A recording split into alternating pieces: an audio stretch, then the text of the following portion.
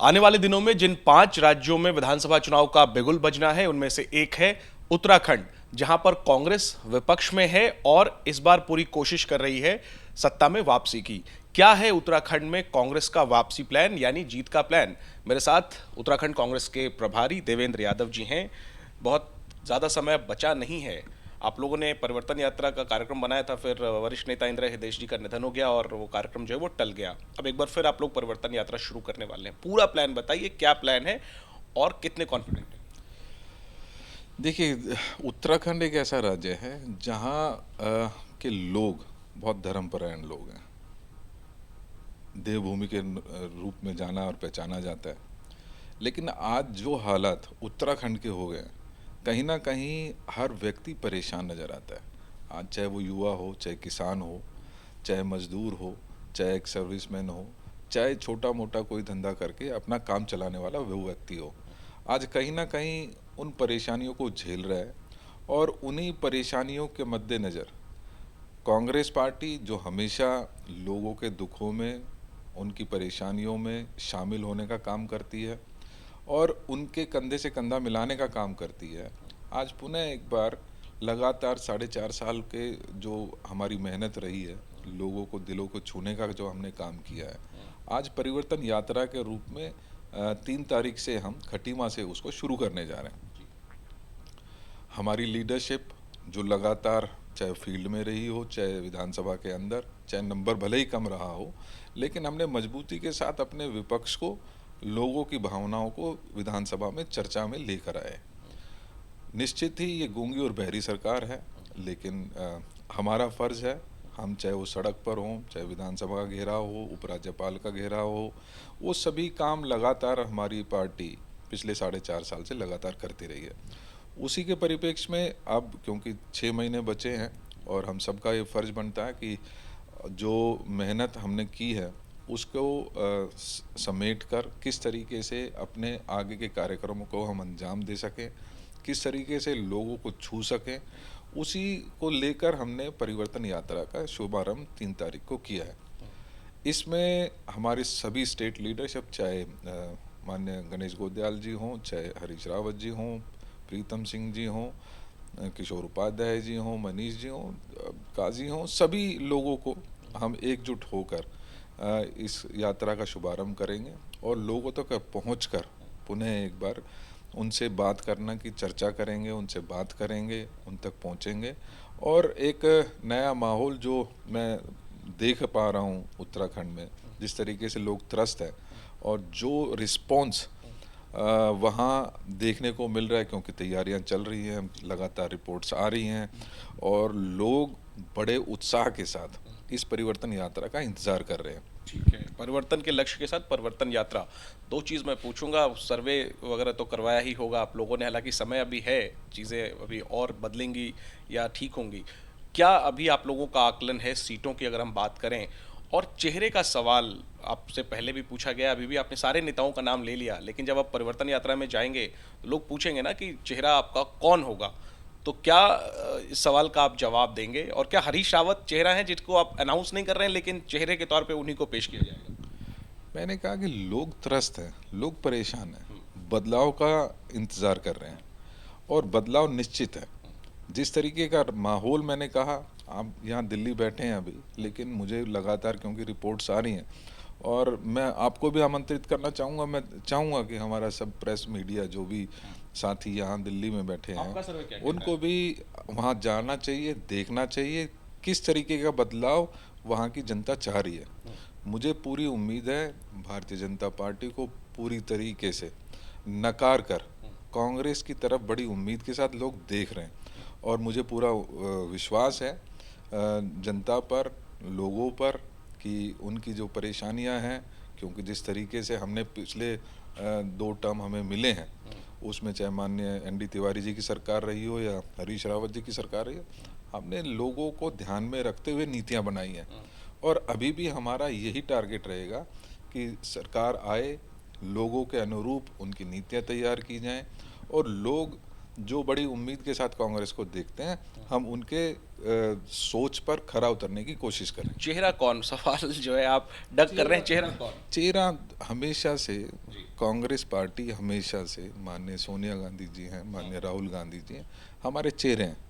हमारे local leaders, चाहे माननीय हरीश रावत जो मजबूत कद्दावर नेता हैं, बहुत एक्सपीरियंस हमारे नेता हैं, चाहे माननीय प्रीतम सिंह जी हों, बड़े ही एक्सपीरियंस के साथ उन्होंने पिछले 4.5 साल काम किया। मैं समझता हूँ कि हम एक कलेक्टिव लीडर की शिप की तरफ, जहाँ पर सब अपने अपने जो उनका योगदान है इस 4.5 साल के अलावा, जो उन्होंने ओवर द टाइम अपने आप को बिल्ड किया है, कहीं ना कहीं लोगों का विश्वास उसमें है। जहाँ तक चेहरे और मुख्यमंत्री की बात है, हमारे यहाँ एक प्रोसीजर होता है और उस तय प्रोसीजर के तहत आने वाले समय में एक ऐसा मुख्यमंत्री उत्तराखंड को मिलेगा जो सबका ध्यान रखते हुए सरकार को चला पाए। आखिरी दो सवाल देवेंद्र जी, वो कह रहे हैं आप कलेक्टिव लीडरशिप में लड़ेंगे, नेतृत्व तो बाद में तय होगा, लेकिन जिस तरह हरीश रावत एक के बाद एक वादे कर रहे हैं, वो कैंपेन कमेटी चीफ हैं, लेकिन बिजली का वादा उन्होंने किया, एलपीजी सिलेंडर का वादा उन्होंने किया, ऐसा लग रहा है जैसे कि वही चेहरा है। तो इस पर आप क्या कहेंगे, जिस तरह से वो बिना घोषणा पत्र आए अभी से वो वादे कर रहे हैं जैसे भावी मुख्यमंत्री हों और वो अपने अधिकार का इस्तेमाल करते हुए ऐलान कर रहे हैं। मैंने कहा कि वो एक एक्सपीरियंस चेहरा है। और जहाँ तक वादों की बात है, जैसे आप जानते हैं कि हमने नई कमेटीज़ का गठन किया और 3 दिन लगातार चर्चा की कि हमें किस तरीके से अपने इस कैंपेन को आगे लेकर जाना है। कैंपेन कमेटी के चेयरमैन होने के नाते जो चर्चाएं हमने वहाँ पर की हैं, उन्हीं के अनुरूप कुछ घोषणाएं निश्चित ही माननीय हरीश जी, क्योंकि मैं जैसे कह रहा हूँ कि वो कैंपेन कमेटी के चेयरमैन भी हैं और पूर्व मुख्यमंत्री भी हैं, उनको मालूम है। और क्योंकि कुछ चीज़ों पर हमारी सहमति जिस तरीके से बनी है, उन्हीं के अनुरूप माननीय हरीश रावत जी अपनी बातें लोगों तक पहुंचाने की कोशिश कर रहे हैं। उसमें हम सब कलेक्टिवली, जैसे मैंने पहले भी कहा है, हम सब की सहमति भी है और हो सकेगा तो और भी जो बेहतर हम कर सकते हैं, क्योंकि इस मैनिफेस्टो का जो हमारा प्रोसेस है वो भी हमने तय कर लिया है, चाहे वो विधानसभा लेवल तक हो, चाहे ब्लॉक लेवल तक हो। हमारी मैनिफेस्टो कमेटी के साथ ही सीनियर लोग लोगों तक पहुंचेंगे, उनसे जानने की कोशिश करेंगे पुनः एक बार कि किस तरीके की उम्मीदों के साथ वो कांग्रेस को चाहते हैं। उन सभी मुद्दों को, उन सब परेशानियों को सम्मिलित करके हम एक ऐसा मैनिफेस्टो ना सिर्फ स्टेट लेवल पर बल्कि डिस्ट्रिक्ट और विधानसभा लेवल पर भी हम मैनिफेस्टो जारी करेंगे। बड़ी योजना है, बड़ी योजना है आपकी। आखिरी सवाल, सबसे बड़ा चैलेंज क्या है कांग्रेस के सामने? कॉन्फिडेंस तो आप लोगों को में दिख रहा है, नई ऊर्जा दिख रही है एक्चुअली में उत्तराखंड कांग्रेस में, लेकिन चैलेंज क्या है? और एक सवाल ये भी कि सबसे बड़ा मुद्दा इस चुनाव में आप लोग किस चीज को बनाने वाले हैं? मुद्दे मैंने कहा कि चाहे सबसे बड़ा मुद्दा बेरोजगारी की अगर बात करें, क्योंकि जिस तरीके से लोग इस जो महामारी अभी पीछे हम सबको झेलना पड़ा, उसमें जिस तरीके की परेशानियां झेलनी पड़ी हैं, आज वहाँ प्रदेश का जो युवा है, जो पढ़ लिख कर बड़ी उम्मीद के साथ अपने माँ बाप की उम्मीदों पर खरा उतरने की कोशिश करता है, आज वो बेरोजगार नजर आता है। बेरोजगारी सबसे बड़ा मुद्दा होगा, सबसे बड़ा मुद्दा निश्चित ही। लेकिन मैंने कहा कि ये सरकार, चाहे वो महिलाओं के ऊपर उत्पीड़न की बात हो, चाहे महंगाई की बात हो, चाहे भ्रष्टाचार की बात हो, चाहे विकास की बात हो, उन सभी मुद्दों पर निश्चित ही ये फेल हुई है। लेकिन हम चाहते हैं कि एक गौरवान्वित महसूस करे हमारा युवा, तो उसको किस तरीके से हम स्वरोजगार की तरफ उसको ईज ऑफ वर्क कैसे दे सकते हैं, हम उसको किस तरीके से, बहुत सारी भर्तियां पिछले 5 साल में, 4.5 साल में कोई भर्तियां नहीं हुई, क्या न्याय लगातार स्कीम का लटकते वादा रहे। उत्तराखंड में भी होगा कांग्रेस के द्वारा? न्याय निश्चित ही हमारी अम्ब्रेला रहेगा, और न्याय चाहे वो युवाओं के साथ हो, चाहे न्याय महिलाओं के साथ हो, चाहे बेरोजगार के साथ हो, चाहे किसान की बात हो, उन सब को न्याय में हम सम्मिलित करके उनको न्याय दिलाने की कोशिश करें। रोजगार के मोर्चे पे चूंकि आपने कहा है, सबसे बड़ा वादा आपका क्या होगा?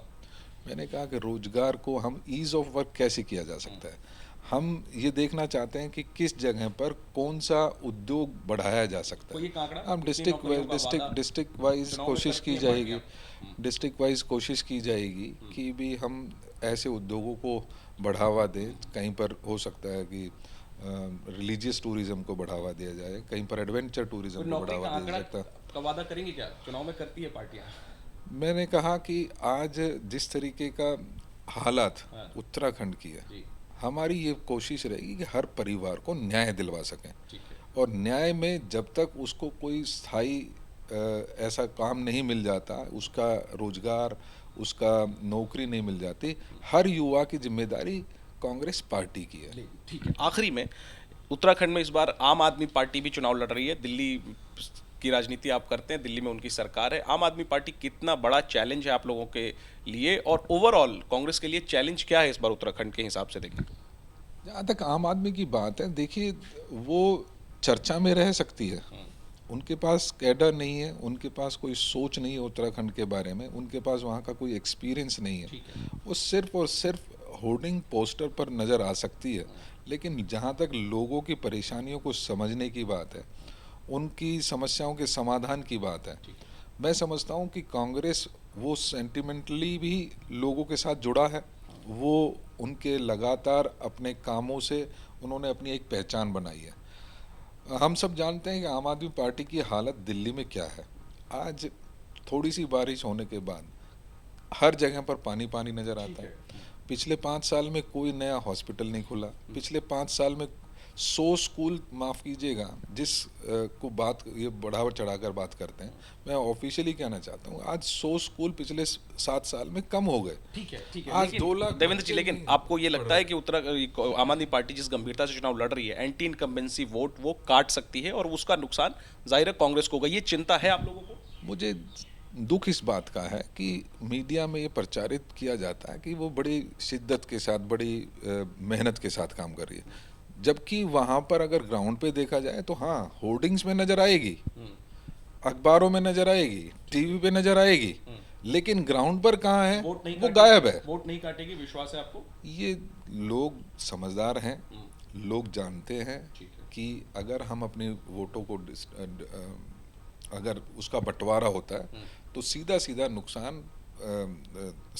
नुकसान उन जनता को होता है। और भारतीय जनता पार्टी दोबारा इस ताक में बैठी है, उसने जानबूझकर सोची समझी चाल के तहत आम आदमी पार्टी को पूरे देश में वो एक टूल के रूप में, अपनी बी टीम के रूप में यूज़ कर रही है। लेकिन उत्तराखंड की जनता समझदार है, पढ़ी लिखी है, वो जानती है, समझती है, और सोच समझ कर ही कांग्रेस को अपना वोट देगी। आखिरी में क्या मिशन है? 70 में से कितनी सीटें? लक्ष्य क्या है? लक्ष्य हमारी हमेशा कांग्रेस, मैंने कहा, हम उसमें बिलीव नहीं करते कि 65 आएगी, 60 आएगी। हमें मालूम है तो कुछ तो टारगेट होगा। नहीं, निश्चित ही लोग जिस तरीके से उमड़ के पड़ रहे हैं, मुझे लगता है कि भारतीय जनता पार्टी को वो 10 से नीचे एक सिंगल डिजिट में समेट कर रखेंगे। बड़ा दावा देवेंद्र यादव, उत्तराखंड कांग्रेस के प्रभारी, का कि उत्तराखंड में बीजेपी को लोग सिंगल डिजिट यानी 9 से ज्यादा सीटें नहीं देने वाले हैं। तो क्या कांग्रेस बची हुई 61 सीटें जीत पाएगी? देखने वाली बात होगी। बहरहाल उत्तराखंड को लेकर के कांग्रेस की तैयारी जोर शोर से चल रही है और एक कॉन्फिडेंस भी नजर आ रहा है। क्या यह जीत में तब्दील होगा, इसके लिए तो इंतजार करना होगा। कैमरा पर्सन मोहित कासले के साथ जैनेंद्र, एबीपी न्यूज, दिल्ली।